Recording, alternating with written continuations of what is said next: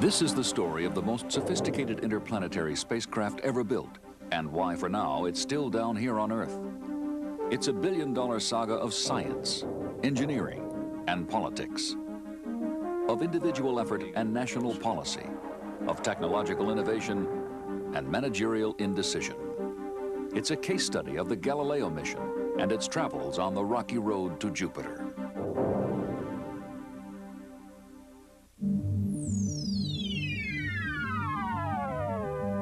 Major funding for NOVA is provided by this station and other public television stations nationwide. Additional funding was provided by the Johnson & Johnson family of companies, supplying healthcare products worldwide. And by Allied Signal, a technology leader in aerospace, electronics, automotive products, and engineered materials.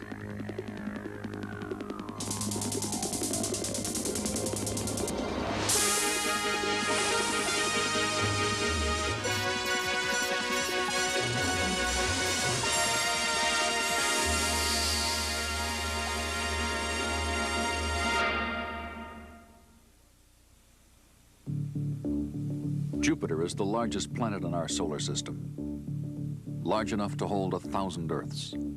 The purpose of the mission was to study it as never before, to sample its turbulent atmosphere, and to survey its 4 most intriguing moons, including Io, the most volcanic body in the solar system, and Europa with its icy crust. They were first seen by the astronomer Galileo, for whom the mission was named. Originally to be launched in 1982, Galileo was repeatedly postponed. Finally, launch was set for May 1986. It was to be the first planetary mission to ride the shuttle. But now the spacecraft sits in the clean room here on Earth where it was built, with no chance of launch before November 1989. And the head of NASA has floated the possibility of cancellation. Galileo had problems even before the sad morning of January 28, 1986, when Challenger exploded in the cold skies above Cape Canaveral.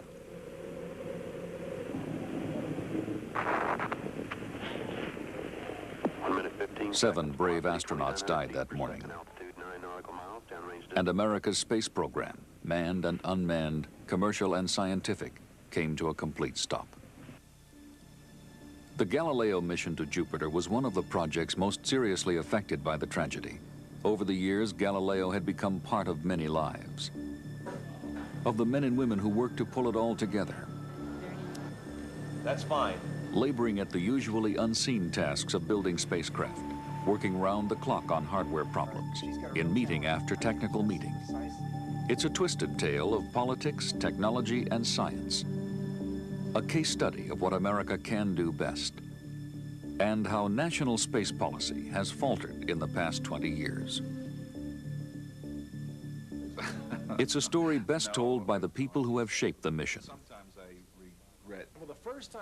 Gentry Lee, project engineer and computer expert.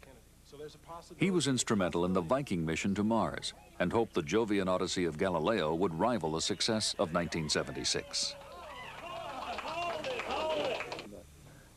James Van Allen, physicist and discoverer of Earth's radiation belts in 1958, the first achievement of space science.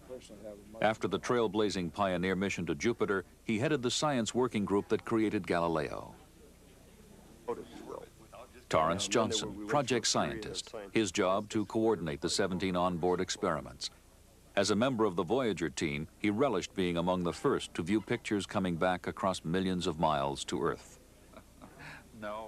John Cassani, project manager, seen here in 1959 at work on Pioneer 4 with Van Allen and Werner von Braun. A veteran of Mariner and Voyager, his job on Galileo was to cope with Congress, complex machinery, and almost constant changes to the mission. Jupiter is a fascinating planet.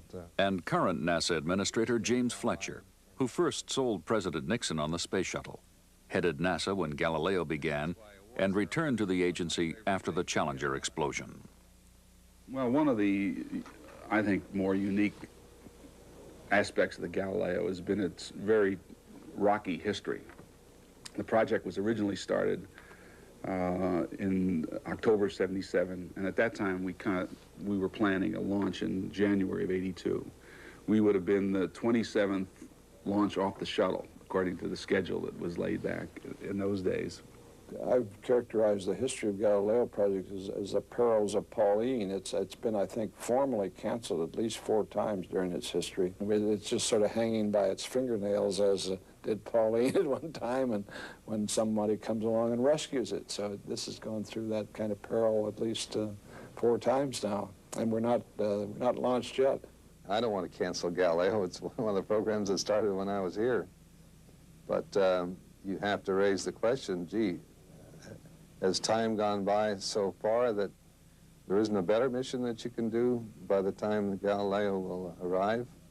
And we had to ask ourselves that question, and the answer came back, no, Galileo is still the best thing we can do at this time. To appreciate what's been lost in the delays to Galileo, you have to go behind the scenes. Everything seemed on the home stretch when at 3 a.m. on December 19, 1985, Galileo began the first 3,000-mile leg of its half-billion-mile journey. At the Jet Propulsion Laboratory in Pasadena, California, the spacecraft is readied for a 4-day high-speed truck convoy across America. The goal is to get to the Kennedy Space Center at Cape Canaveral, Florida, where many tests await, before Christmas. All right, we got it. The convoy rolls out of Pasadena by night, accompanied by government escorts. Its drivers have not been told the exact route they'll be taking. Galileo is to be powered by plutonium units. There's worry about anti-nuclear protesters and a fear of terrorist attack. It was in 1610 that Galileo first observed Jupiter's 4 large moons, now to be surveyed close up by the spacecraft named after him. The first glimmerings of the project were in the mid-60s, though Congress did not fund it till 1977. As the first planetary mission to be launched from the shuttle, routine emergencies were expected, so the JPL engineers would stay in Florida until the launch. They'd been rolling all night and all day, stopping only for gas and food. For most major missions, NASA has launched 2 identical spacecraft, but it could only afford 1 Galileo, making the trip more nerve-wracking for electrical engineer Tom Shing. To me, it's somewhat scary. It's a big responsibility. You tend to worry about it. You think of the repercussions. Should we get sideswiped driving along here or something like that? Well, there's an awful lot of people working an awful lot of long hours on this thing to, for something like that to happen. So you tend to, that's in the back of your mind. It is mine as I'm driving. Maybe that's one of the reasons I'm having a hard time sleeping. But this was how Galileo's trip began. Arrival at Jupiter was supposed to be like this. After a 2-year flight, it would reveal its unique character as 3 spacecraft in one, an orbiter with both remote sensors and advanced cameras, as well as fields and particles detectors, and an entry probe that for the first time would sample the atmosphere of one of the solar system's giant gas planets.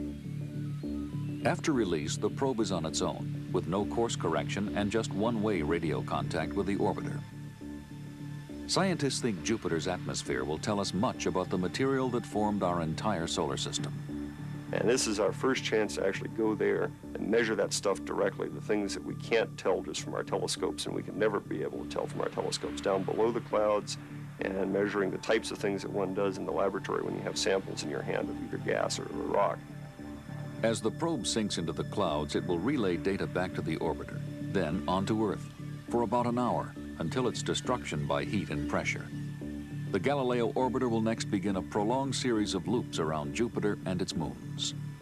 We will have a residency period there of almost 2 years, and we will be able to make repeated close-up observations of the satellites. Galileo will bring home for all the members of this planet an entire mini solar system, up close and personal. By studying Jupiter and its moons over a long period of time, we will suddenly begin to understand the fundamental questions of the evolution of the solar system, how bodies like planets and moons form. After a journey of 500 million miles, Galileo will swoop less than 125 miles above Europa. Frozen cracked surfaces that we saw very poorly with Voyager. And it could be a wildly fascinating place when we get high-resolution Landsat quality photos of it. This is a Voyager picture of Europa. And this is a simulation showing the expected improvement to come from Galileo. Galileo will be passing 20 to 100 times closer to Jupiter's moons, and its cameras are technically superior. Galileo will fly 725 miles above Io, which erupts a ton of sulfur every second, the most geologically active object in the solar system. And Galileo will study not just Jupiter and its moons, but will plunge continuously through its powerful magnetic field over the 2 years of the mission. They're huge magnetic structures in space, and Jupiter's is the most powerful one outside the sun itself that we've got available to us. A very strong magnetic field, tilted, rotating, emitting radio signals. It's an astrophysical object, effectively. It has many things in common with the physics that are involved in things like pulsars, for instance. And here we've got one of these things, not 100 million light years away, but we've got it in our backyard, celestially speaking. In November 1985, when the scientists thought the May '86 launch was certain, they got together for the first time to hash out what the spacecraft should be doing in each minute of its 2 years of orbits. 17 principal investigators from 6 nations will fly experiments on board Galileo. More than 100 scientists work with them. Some of them have been planning since the 1960s. With so few planetary missions to generate new research, the allocation of precious spacecraft time provokes some courteous but real disputes about how to carve up the orbits. In this case, between Andy Ingersoll, whose interest is Jupiter's atmosphere, and Hal Mazursky, more concerned with the surfaces of the moons. In fact, I think one scenario is for the atmospheres to go home for a meeting or two, and for the satellite people to plan out the whole mission, and then we'll come on and see what you've got, and we'll say, look, you haven't given us enough, we want to squeeze you a little, but then we'll basically fill in the holes. We like that, and... Of course you like it, and if we trusted you, it might be the way to go. Well, we're having one of our first meetings to put together the tools we're going to need to decide what we actually do with the mission we've selected. We have a rather clear group idea, I think, about what our overall objectives at Jupiter are and how they relate to one another. This is not a bunch of individual investigators, each pursuing his own thing with no thought about the context that he's doing it in. To make things even more exciting around the Europa encounter, the Io closest approach is just a few hours after Europa closest approach. It's obviously going to be an easy observation. Io is almost directly behind Europa. How many hours do you want between on the 2 days? If he's going to put... Until we get more trajectory data, we can't say, but it's probably evenly spread out over about a 2-day period. Any change in launch vehicle and launch date means all these scientific and technical decisions have to be reconsidered. The Challenger disaster caused the most serious slip in the history of the project. But the design of the mission and the reasons for its earlier delays are rooted in America's space policies of the past 25 years. 1962, the first interplanetary mission from Earth, Mariner 2, blasts off to fly by Venus, returning scientific data from a vast distance. 1965, Mariner 4 sends back the first photograph from another planet, Mars. And the idea of gravity assist is thought up. This ingenious technique of using the pull of one planet to slingshot a spacecraft onto its next destination was to help Galileo on many occasions. 1969, man walks on the moon. 1973, Pioneer 10 arrives at Jupiter, and everything previously known about the planet is up for revision. Early 1976, Van Allen's Science Working Group proposes an ambitious future mission to visit Jupiter with an orbiter and a probe. It's known as JOP, the Jupiter Orbiter Probe. That same year, as the Viking landers touch down on Mars, an invitation to experiment on JOP goes out, and nearly 500 scientists say, yes, please. 1977, the twin Voyager spacecraft are launched. 2 years later, they send back spectacular photographs as they fly, all too speedily, past Jupiter. In 1978, the last American interplanetary mission to date is launched to Venus. The golden age of American space science was based upon the proven strategy of using expendable unmanned rockets. But that was changing as NASA studied how to fit future planetary missions aboard the space shuttle, approved in 1972 as the nation's next major space activity after Apollo. 1977, NASA asks Congress to approve funds for JOP. Launch is to be by shuttle in 1982, arriving at Jupiter in 1985. The cost, $455 million. But the House Appropriations Subcommittee says no. They'd been pressured by deep space astronomers to support the ambitious and expensive space telescope and thought NASA could not afford two such large projects at the same time while still developing the shuttle. JOP supporters lobby hard, saying lack of approval would undermine the nation's capacity for planetary science. Convinced, the Senate okays the mission.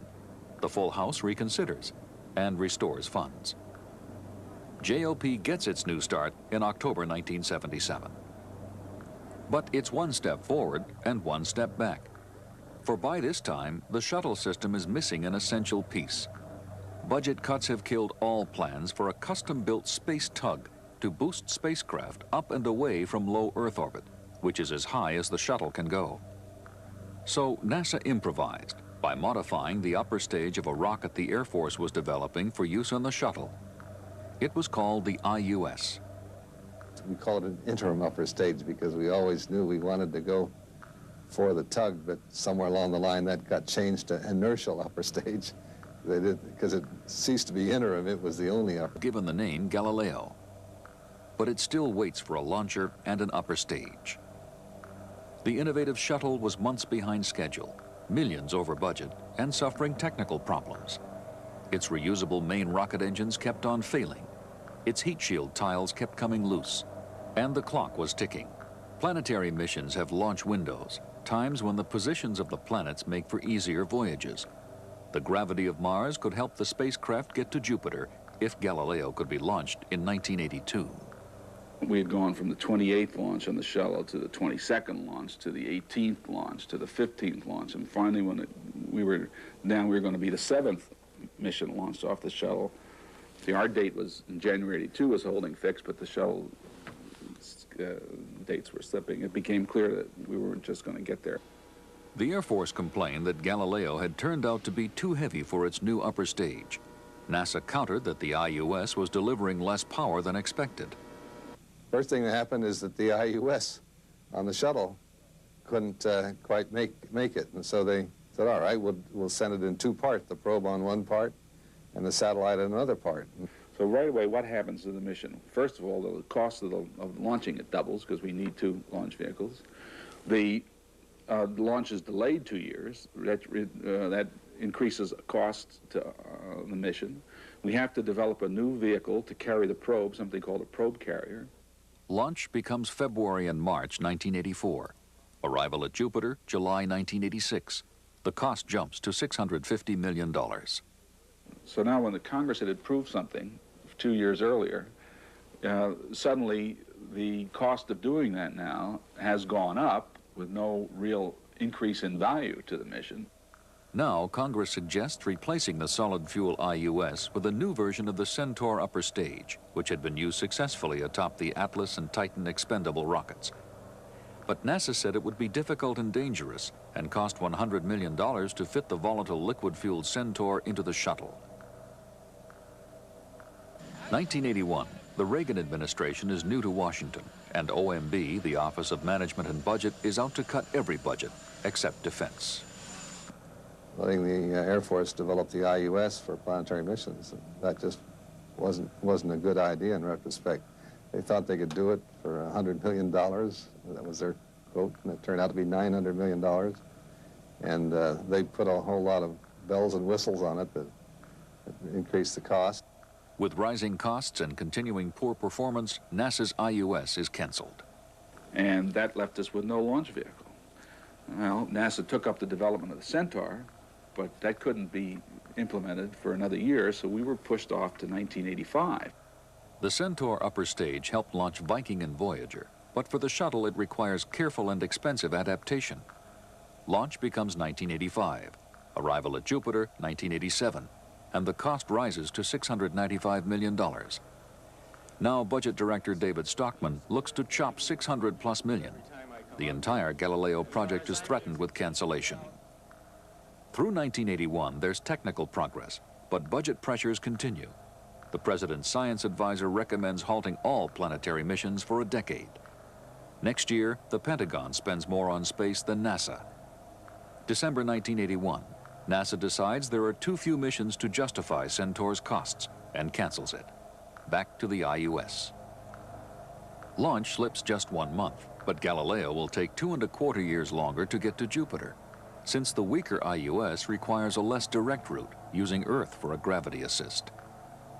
Costs jump to $864 million. But Congress objects to paying more for extending the mission, delaying the scientific return, and leaving the shuttle without an adequate upper stage. It directs NASA to build Centaur. This allowed us to put the whole mission back together the way we wanted to, but in the meantime, the Centaur development had been stopped for 8 or 9 months. So by the time the guys could get back up to gear on that, we lost another year. And so we went from an 85 mission to an 86 mission. That's really a tortuous history. Launch is set for May 86, arrival at Jupiter August 88, and the cost stabilizes at $874 million. But the strange tale of IUS and Centaur was not yet over. The spaceship that emerged from this untidy process and came to life at JPL was, paradoxically, the most advanced unmanned craft ever built to fly to the planets.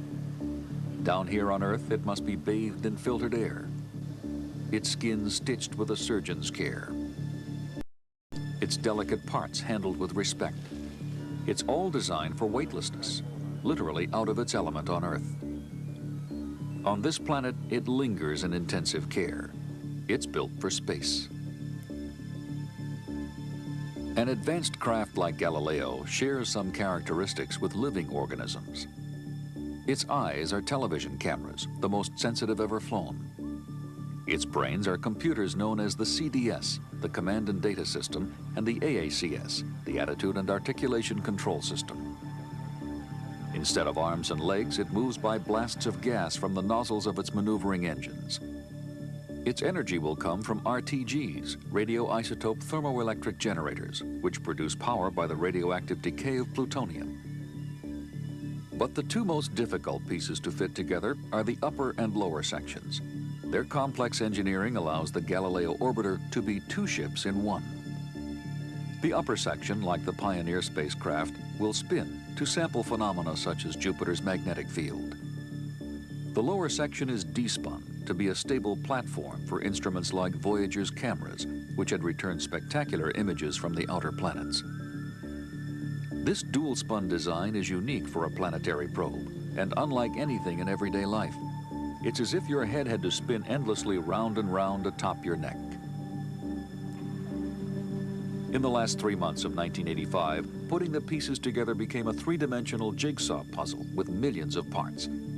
It was a race against the approaching deadline of the May 1986 launch window. If the project missed that date, they would have to wait 13 months for another opportunity. But it was a low-tech problem that threatened the schedule in December 1985 when the memory chips of the CDS computer were damaged. There'd been some unexplained failures, and these technicians had to strip off a protective coating from the chips to test them. They had used an alcohol cleaner, but the alcohol damaged connections which previously had been satisfactory. Now every chip had to be checked, many removed and resoldered, and they were way overdue in getting the CDS integrated with the spacecraft. By early January, they had fixed enough chips and connections so that whole trays could be checked. Now another crew worked round the clock testing the trays. If the memory boards weren't functioning correctly, it could jeopardize the entire mission. With its components assembled, the entire spacecraft has to be tested to ensure it can survive the rigors of launch and life in space. And not just hardware. Galileo's complex software needs testing also, and that tests human ingenuity as well. In the old days, in the good old days, if I can say that, test engineering before you launched was simply a case of putting the spacecraft through everything it could possibly do. and you check them off one by one. Now, you could not do it. One of my young engineers computed that it would take 55 years to test Galileo at every one of its possible logical functions and all the reasonable logical combinations. The mechanism then becomes who knows what area. It's more like a doctor in a sense, is diagnosing a patient. He sees a few things that don't look right in a given area and says, maybe there's some trouble there. I better get all the people who know that particular area to look at it. This meeting brings together computer programmers and the engineers who have been test flying the spacecraft. All right, now, last time Arden walked in here with this problem about the two CDSs fighting with each other. And this is a specific... The engineers have given the spacecraft the intelligence to do some of its own diagnosis. Essentially meters its own performance, and when it detects a lack of health in a given region, responds accordingly and sends a message to the ground and says, I'm not all right.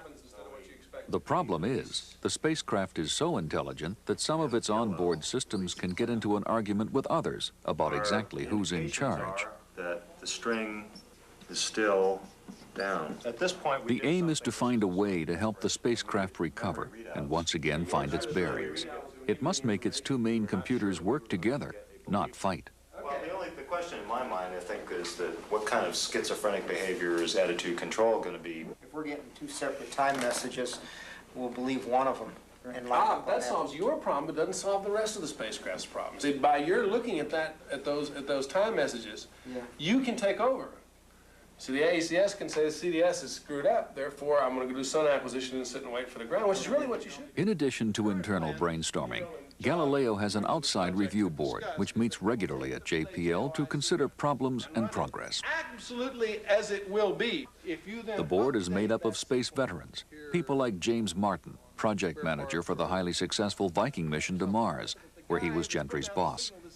It is sometimes tough convincing wise old hands like these that everything is under control. So what will happen in that situation, if you're the other perfectly good backup CDS, you read the main signal says I'm okay, then you read the other signal says I'm okay, then you check your time code and it's different from that guy, you say, I'm sick, down you go, they're both down, that's bad. Does that have to be fixed pre-launch? So I mean, very blunt. My recommendation is don't fix it at all or fix it now. When you get into the middle of engineering a major system, it's like the trees in the forest. You sometimes get so buried in the detailed problems you can't see the overview. What a review board does is makes you sit down first of all, think about what it is you're doing, how you're going to explain it to other people, and then allows them to hear it as new listeners. And suddenly, it's like a prism in front of your eyes being turned. They see different colors. And when they see different colors, suddenly you say, hey, I hadn't thought about that myself. The impression I have is that you have designed such a smart machine that it is beyond human knowledge to figure out if it's working right or can work right and can never work wrong.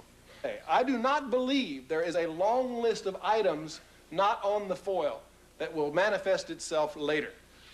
So there's no way of knowing how long the list is. I have no way of knowing. But Jim, we had problems like this on Viking that we didn't find out about until we landed on the surface of Mars. Okay?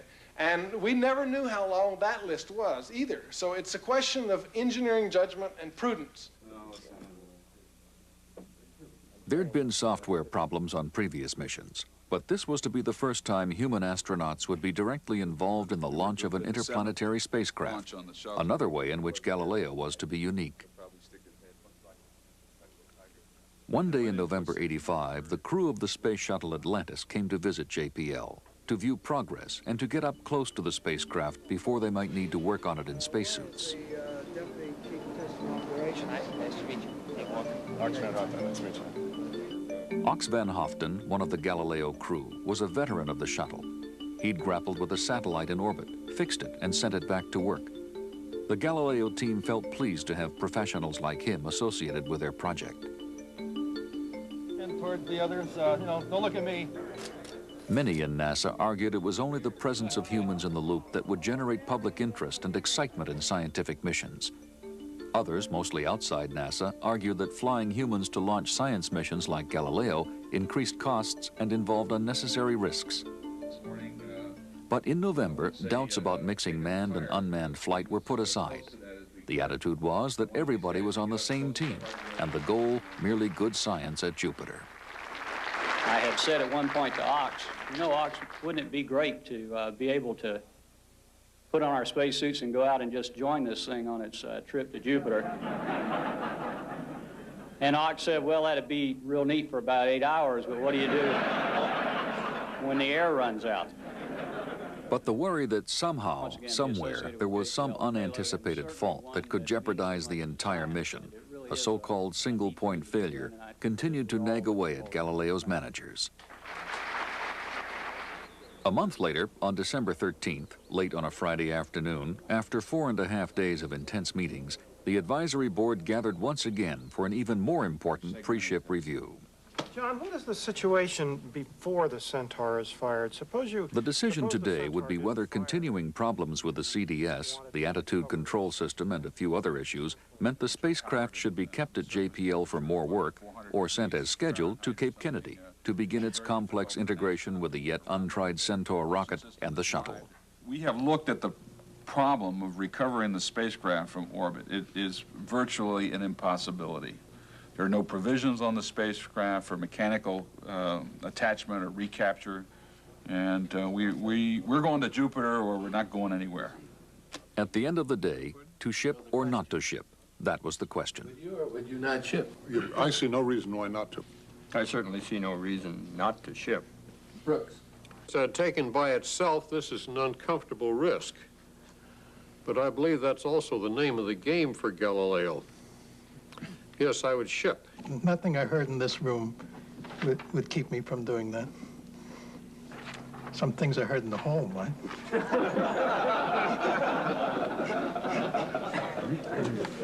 If I were project manager of this project, I would not ship that spacecraft until I had that ACS working properly.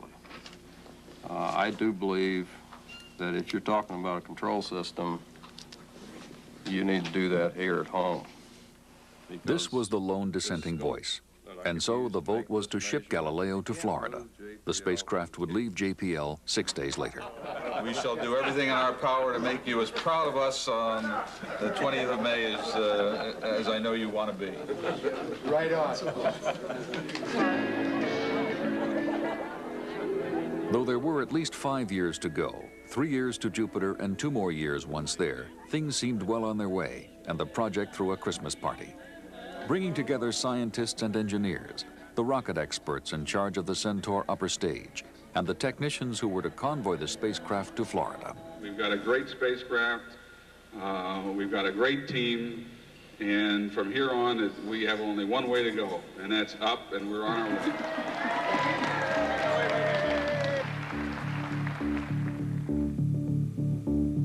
And so the cross-country convoy began.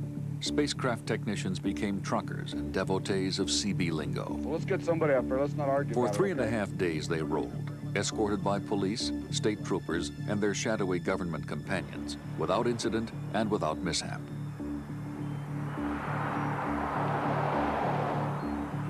On December 23rd, tired and hungry, the convoy rolled into Kennedy Space Center, Spaceport, USA. And the staff clocked out for Christmas. In late January came one of the activities that could only be done at Kennedy. They evacuated the area around the clean room for a distance of some 200 yards, and amid great safety precautions, the spacecraft was tanked up for the first time. Galileo uses so-called hypergolic propellant, 2 different substances that ignite upon contact with each other to power the course correction jets. Loading the propulsion module was potentially a dangerous job. The crews worked 1 full day on each of the 4 tanks in carefully monitored 80-minute shifts, encased in scape suits, self-contained air-breathing personnel ensembles. For once, the technicians from JPL looked like astronauts.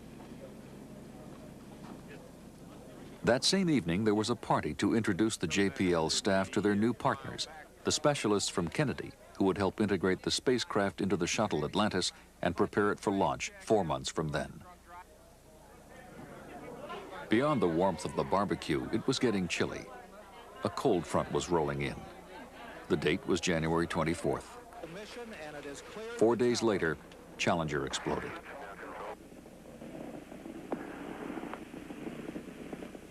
John Cassani had been at the Cape, watching the liftoff. Challenger, go with throttle up.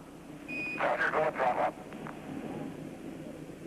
Everyone in that room knew what happened, the incident happened, but there wasn't a sound, not a word uttered for at least 15 or 20 seconds, and then someone said, "Oh my God." I can remember in my own mind, you know, thoughts were, we were shocked.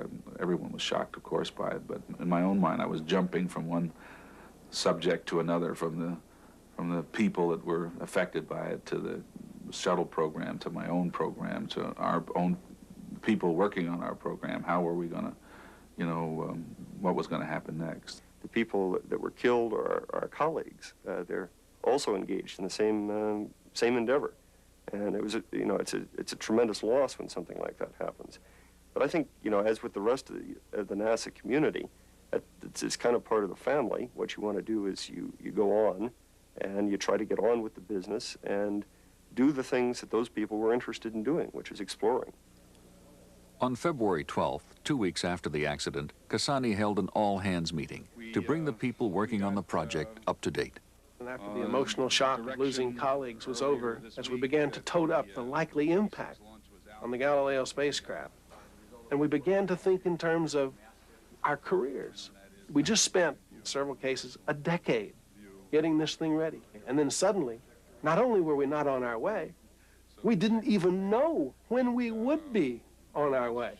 When would it be launched? The 86 launches for the planetary missions were being postponed or delayed, but that did not necessarily rule out the option to launch or resume launching the shuttles again by the May-June time period.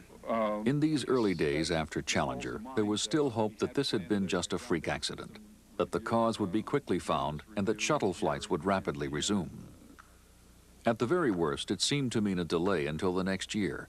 But as the Rogers Commission went about its work, it became increasingly obvious that the delays would be far longer than anticipated. In fact, the single-point failure that NASA always feared had already happened, not just to one mission, but to U.S. space policy. The National Space Transportation System was totally inoperative. Why? Collectively, the country put all of its eggs in one basket. I think we all realize that that was a mistake now. It seemed to be, for whatever reason, a good thing to do at the time. In 1972, the United States made a fundamental policy mistake. It said not only that the shuttle would be the launch vehicle for all U.S. payloads, but that we would, on purpose, lose the capability to use other launch systems. Now, everyone who works in technology knows that you do not go to the next generation computer, automobile, whatever it is, until it is absolutely proven out. But the expendable launch vehicles were all mothballed before the shuttle was even fully designed, much less operational. How did it happen that all of America's space eggs were in one and only one technological basket? The United States had wished for the moon and gotten it. But in the late 60s, at a time of increasing budget pressures, NASA had to come up with something new. We were coming down off the Apollo program, and there were some people that wanted us to go down to zero, and I think we managed to hold the place together pretty well during that period, but a lot of unfortunate consequences resulted. Among the options were manned missions to Mars, a space station, a shuttle, and a space tug. All would cost money. But the argument was the shuttle and the tug could save money too. NASA designers had come up with many elaborate concepts, some with huge manned boosters to take an orbiter up to space, with both craft able to land at commercial airports. The orbiters would have jet engines to fly to safety in an emergency, and abort systems to protect the astronauts. But by January 1972, when President Nixon okayed the shuttle, the plans had changed. Every cost cutter, someone joked, had become a shuttle designer. Though Nixon said the shuttle was worth building just for national prestige, his budget office kept up the pressure.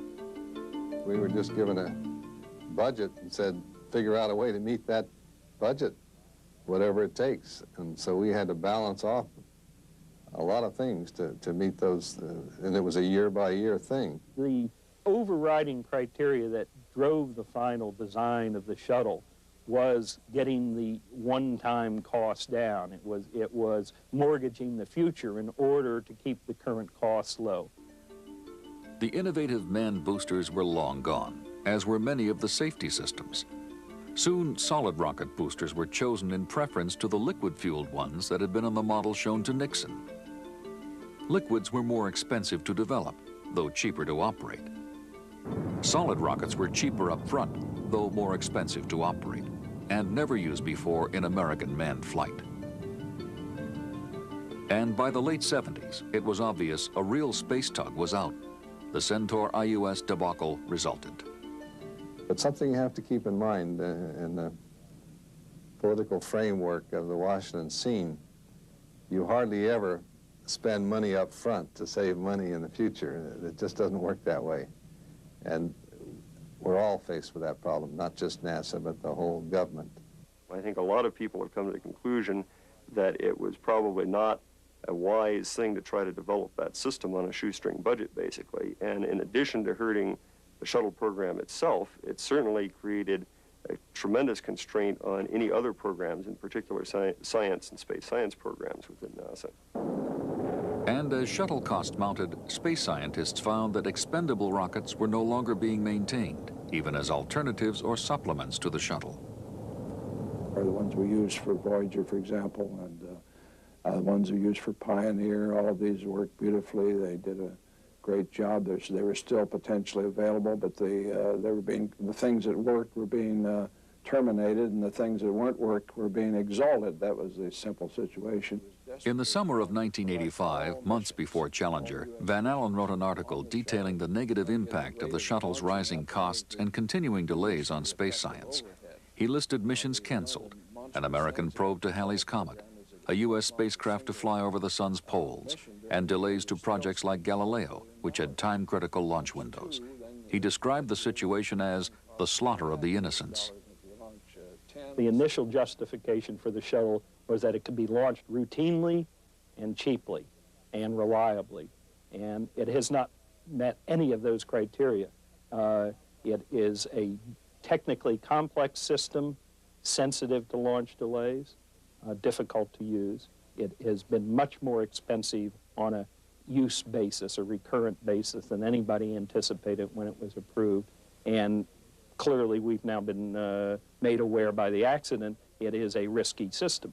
So Galileo, the Hubble Space Telescope, and the other great scientific missions of this decade are sitting on the ground because the programmatic problems of the shuttle caused us to be there.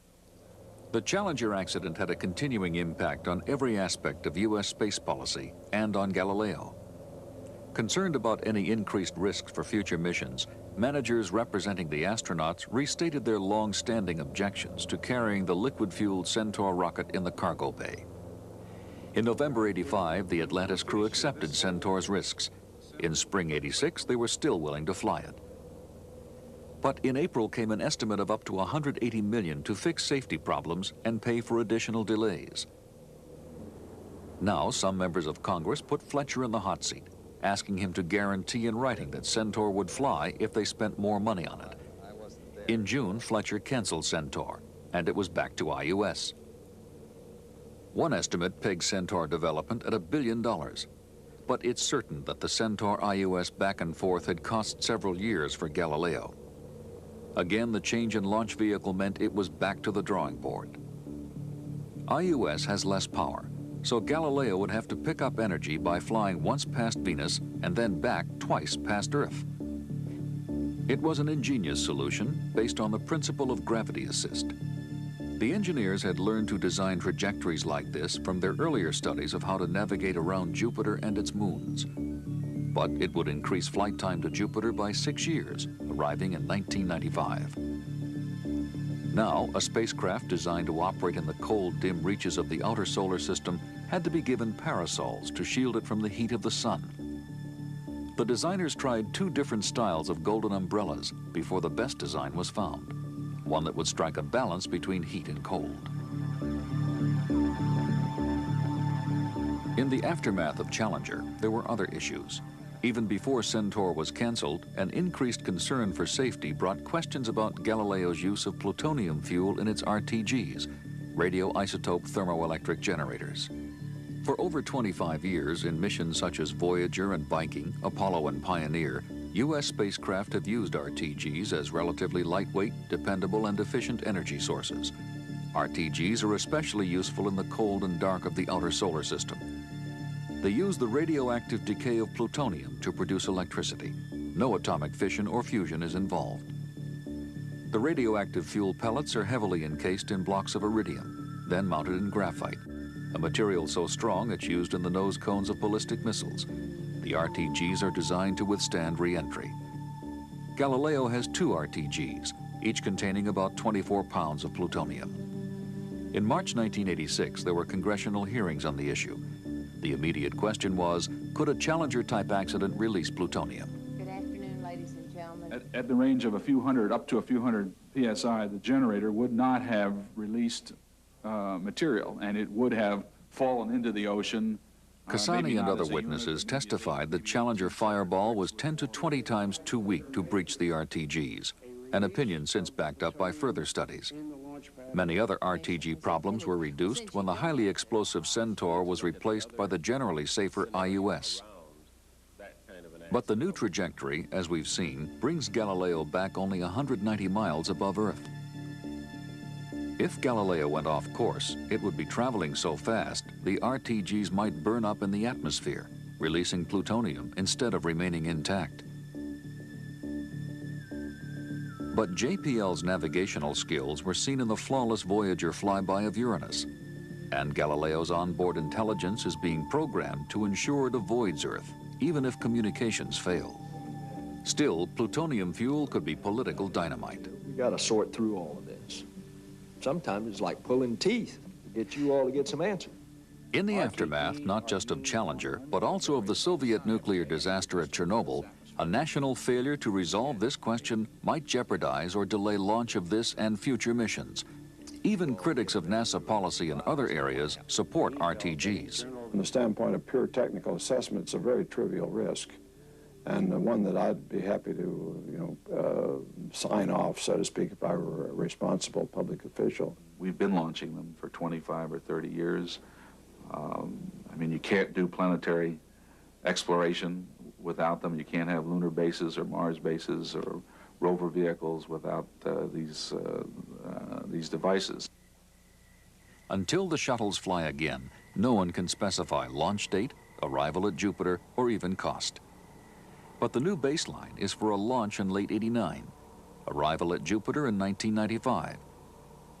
The total cost of the mission could now be $1,363 million. $500 million over budget, more than a decade late. It will arrive nearly 30 years after such a mission was first seriously discussed. See, now a good part of that expense, I might say, has been vacillation, has been produced by vacillation in the launch system and by many failures of the shuttle to meet its schedule, to meet its performance capabilities, indecision on the part of Congress, vacillation on the part of the agency.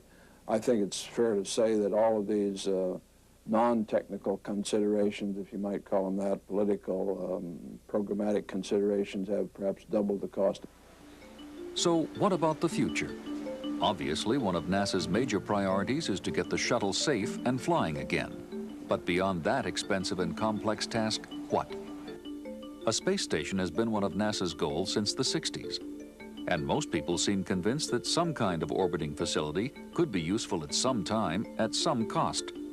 But what design, at what cost, and when? There have been constantly evolving plans for an orbiting complex, resupplied by the shuttle, with living space, scientific labs, and experimental factories. Like the shuttle, it's supposed to do a little bit of everything for everybody. The idea was endorsed by President Reagan in his 1984 State of the Union address. Tonight, I am directing NASA to develop a permanently manned space station and to do it within a decade. It was supposed to cost $8 billion and be operational by 1994. In February 1987, NASA revised its estimates up to at least $13 billion. And Administrator Fletcher said the program would be stretched out so that 1995 would be the earliest it could operate. Many of the pieces of rationale for the space station development sound an awful lot like the debates about the shuttle system back in the 70s. And honestly have to say I'm concerned when I hear some of those things going on now, that we're not getting ourselves into the same type of situation as we did with the shuttle. Despite Reagan's support, in January 1987, the President's Office of Management and Budget chopped $288 million from the space station budget. One of the things that continues to be worrisome to me in the decision to proceed with the space station is that the central continuing element of the presidency, that is OMB, remained opposed to the project, just as they were opposed to the shuttle and squeezed the shuttle budget throughout its history in a very non-productive way. I guess I have learned, I hope all of NASA has learned, is that you don't cut corners. When they start chopping back on the overall budget, you got to say, stop. We aren't going to build it if we're going to be cut anymore. I think if we do continue on the present course of development of the space station, we will first of all find gross cost overruns. We'll find much more massive technical difficulties that are now anticipated. We will undoubtedly encounter a grave variety of safety problems. And finally, we'll find that it's not very much useful for anything. Will the space station enhance or erode our nation's scientific objectives? Many scientists are concerned that last year, when NASA's overall budget rose by 12%, funding for space science decreased. They have got to pay attention to the balance in their programs and not allow concentration on getting the shuttle flying again and getting space station underway to completely devastate programs that are already, in many cases, hanging by a thread.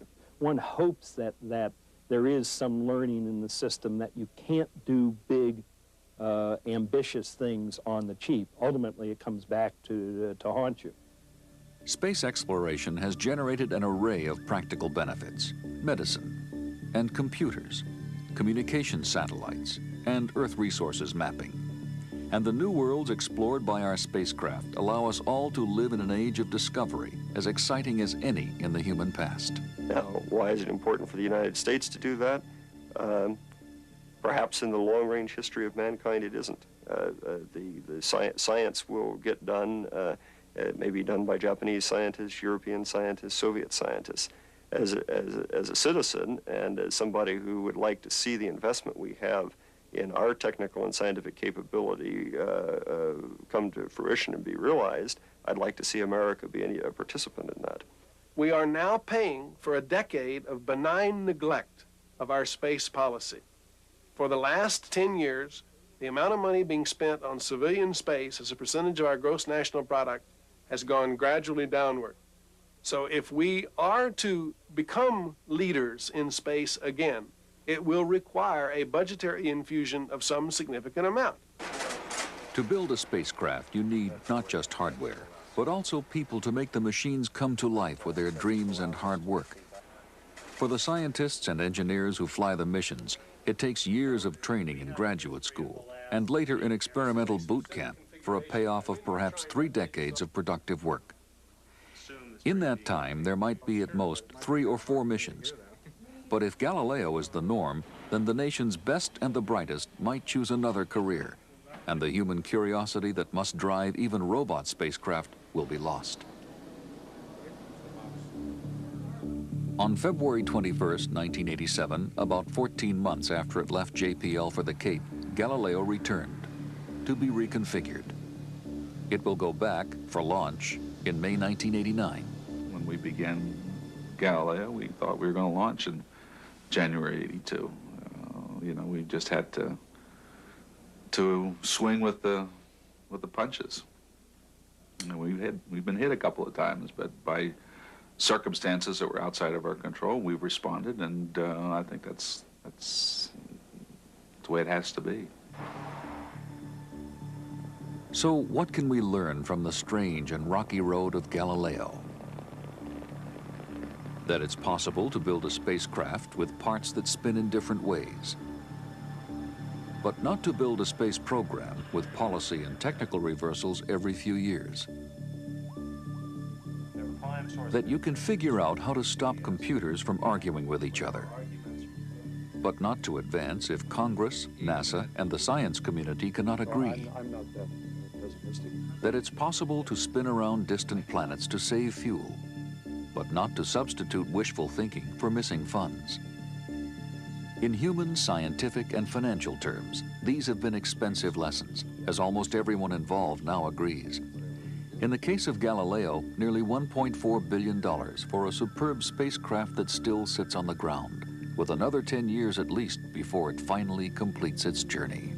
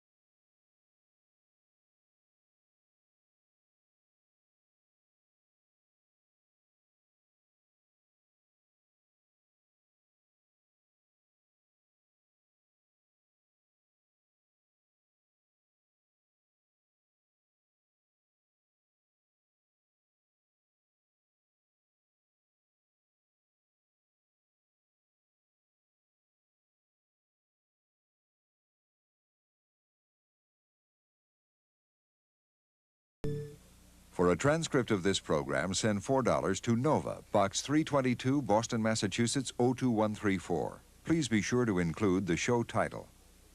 To purchase film or video copies of this program for educational use, call toll-free 1-800-621-2131. In Illinois or Alaska, call Collect 312-940-1260. This program was produced by WGBH Boston, which is solely responsible for its content. Major funding for NOVA is provided by this station and other public television stations nationwide. Additional funding was provided by Allied Signal, a technology leader in aerospace, electronics, automotive products, and engineered materials. And by the Johnson & Johnson family of companies, supplying healthcare products worldwide.